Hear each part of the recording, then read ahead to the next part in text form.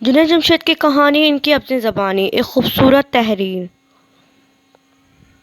جنید جمشید کی کہانی اس کی اپنی زبانی۔ پہلے بھی لوگ جنید جمشید کو چاہتے تھے، اس کی شہرت تھی، عزت تھی، لیکن وہ حقیقی اور اصلی عزت نہ تھی، عزت کا دھوکہ تھا۔ جبکہ قارون، شداد، فرعون، نمرود وغیرہ گزرے، ان کو اپنی عزت و عظمت کا دھوکہ لگا تھا، لیکن حقیقت یہ ہے کہ حقیقی عزت تو اللہ کے پیاروں کو ہی ملی اور مل رہی ہے اور ملے گی۔ اور اب جو جنید جمشید کو عزت انشاءاللہ ملے گی، اللہ اسے استقامت عطا فرمائے، اخلاص عطا فرمائے انشاءاللہ۔ اب اللہ رب العزت اس کو مثالی انقلاب کی برکت سے اپنے ان خزانوں سے عزت، مقبولیت اور محبوبیت عطا فرمائے گا، جن خزانوں سے جنید بغدادی کو محبوبیت عطا فرمائی تھی۔ سوچنے کی بات تو یہ ہے کہ نیک ماحول اور دعوت اللہ کے عظیم الشان عمل کی برکت سے اتنی خطرناک گناہوں کی دلدل میں پھنسا ہوا انسان نکل سکتا ہے، تو جو صرف اسے سننے یا دیکھنے والے تھے وہ کیوں نہیں توبہ کر سکتے، کیوں نہیں اللہ کی طرف رجوع کر سکتے؟ میرے بھائیوں، دوستوں، بزرگوں، انتہائی احترام کے لائق، السلام علیکم ورحمۃ اللہ وبرکاتہ۔ یہاں بیٹھ کر آپ حضرات کے سامنے ایک واقعہ مجھ کو یاد آیا۔ ایک دفعہ ایک بادشاہ نے کوئل کی آواز سنی تو درباروں کے وزیروں کو بھیجا کہ آواز بڑی ہی خوبصورت ہے، اس کو پکڑ کر لے آؤ۔ تو سارے دربانے وزیر گئے باہر، باغ میں کوئل کو ڈھونڈ رہے ہیں، تو کوئل نہ ملنا تھا نہ ملی۔ انہوں نے سوچا کہ بادشاہ نے کوئل کو کبھی نہیں دیکھا۔ ادھر ایک الو پر نظر پڑی، انہوں نے جال مارا، اس الو کو پکڑ کر لے آئے اور بادشاہ سے کہا یہی کوئل ہے۔ تو جس کو آپ اس وقت کوئل سمجھتے ہیں وہ اصل میں ایک الو ہے، کوئلیں تو سامنے بیٹھی ہیں۔ اصل میں تو آپ لوگ اس قابل ہیں کہ یہاں آپ کی بات سنی جاتی، لیکن میرے بھائیوں کا احسان ہے اور آپ حضرات کی شفقت ہے کہ آپ لوگوں نے مجھ کو یہاں آنے کا موقع دیا اور بات کرنے کا۔ میرا علم بھی ناقص ہے اور سوچوں کی وسعتیں بھی ناقص ہیں، اس لیے میرے منہ سے اگر ایسی بات نکلے جو قابل اعتراض ہو تو آپ کو پوری اجازت ہے کہ آپ مجھے روک کر سمجھا سکتے ہیں اور منع کر سکتے ہیں۔ میری زندگی کا سفر عجیب رہا ہے کہ جب شوبز میں تھا تو ہم ہمیشہ خرچ کیا کرتے تھے اس چیز پر کہ کسی طرح میرا نام اور مشہور ہو جائے اور زیادہ لوگوں کو میرے بارے میں پتہ چل جائے، اور اس پر خوب پیسہ خرچ کرتے تھے۔ پیسہ اتنا خرچ کرتے تھے کہ افاقہ ہمیں اتنا سا ہوتا تھا، بالکل تھوڑا سا، اور وہاں رہتے ہوئے ہر وقت اس بات کی فکر رہتی تھی کہ کسی طرح ہم مشہور ہو جائیں۔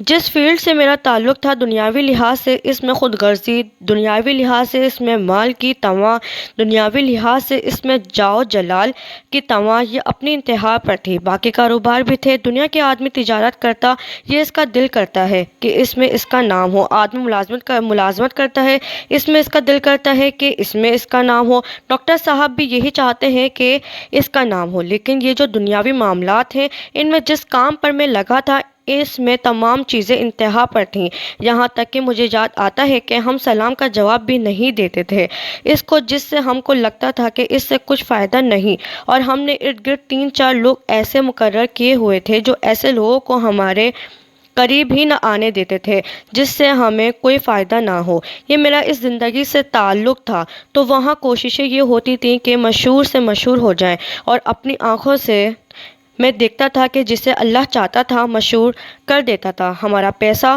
خرچ کرنے نہ کرنے، زور لگانے نہ لگانے سے کچھ فرق نہیں پڑتا، اور جب اس فیلڈ کو چھوڑا اب میری کوشش ہوتی ہے کہ اللہ والوں کی صحبت میں بیٹھوں، ان سے مجھے استفادہ ہو، تو میرے اندر جو ایک طمع وہ ہے گمنامی کی، میں گمنام ہو جاؤں اور کسی کو میرا پتہ نہ چلے، صرف میں جو کچھ کر رہا ہوں مجھ کو اور میرے اللہ کو پتہ ہو کہ میں کیا کر رہا ہوں اور کوئی نیکی کا عمل کر رہا ہوں۔ لیکن حیرت کی بات اس میں یہ ہے کہ میں جتنا چھپنے کی کوشش کرتا ہوں اتنا میں لوگوں کے سامنے آ جاتا ہوں، میں جتنا بچنے کی کوشش کرتا ہوں اتنا میں پھر سے لوگوں کے سامنے ہی آ جاتا ہوں۔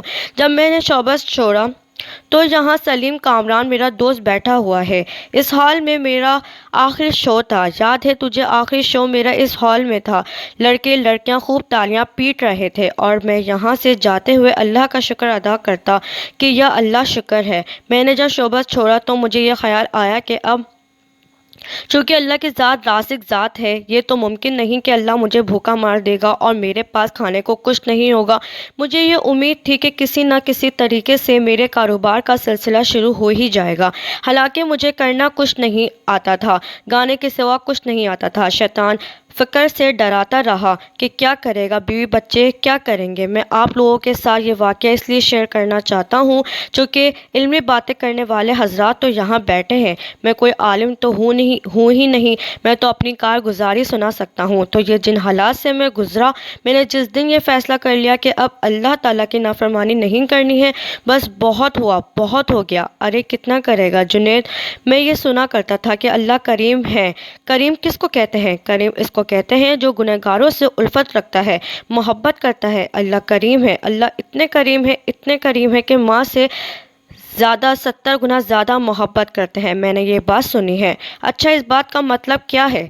سمجھ میں نہیں آیا۔ پھر جب شعبز کی 16 سال کی زندگی دیکھی تو ہر روز جو گناہوں کے انبار میں جمع کرتا تھا، اب میں یہ دیکھتا ہوں کہ میں یہ اللہ تعالیٰ کے سامنے کر رہا ہوں۔ یعنی میں نے جو گناہ کرنا ہے کل، وہ آج میں پلان کر رہا ہوں کہ کل یہ گناہ کروں گا۔ اللہ دیکھ رہا ہے، مجھے روک بھی سکتا ہے، پکڑ بھی سکتا ہے، لیکن اس نے مجھے سہولت دی ہوئی ہے، ڈھیل دی ہوئی ہے۔ اللہ تعالیٰ فرماتے ہیں کہ تو یہ نہ دیکھا کر کہ تو نے چھوٹا گناہ کر رہا ہے یا بڑا گناہ کر رہا ہے، یہ دیکھا کر کہ کس کے سامنے کر رہا ہے۔ تو مجھے یہ خیال آتا ہے کہ اب یہ پرواہ بھی نہیں کرتے۔ یعنی 16 سال ہم نے اللہ تعالیٰ کی اتنی نافرمانیاں کی کہ اگر کم از کم دن میں ایک ہی گناہ کیا ہو تو 16 سال میں کم از کم 10 سے 12 ہزار گناہ تو کیے ہی ہوں گے۔ اللہ کے سامنے وہ مجھے معاف کرتا رہا۔ میرے ماں باپ کی دعائیں ہی ہو سکتی ہیں، اور کیا ہو سکتا ہے۔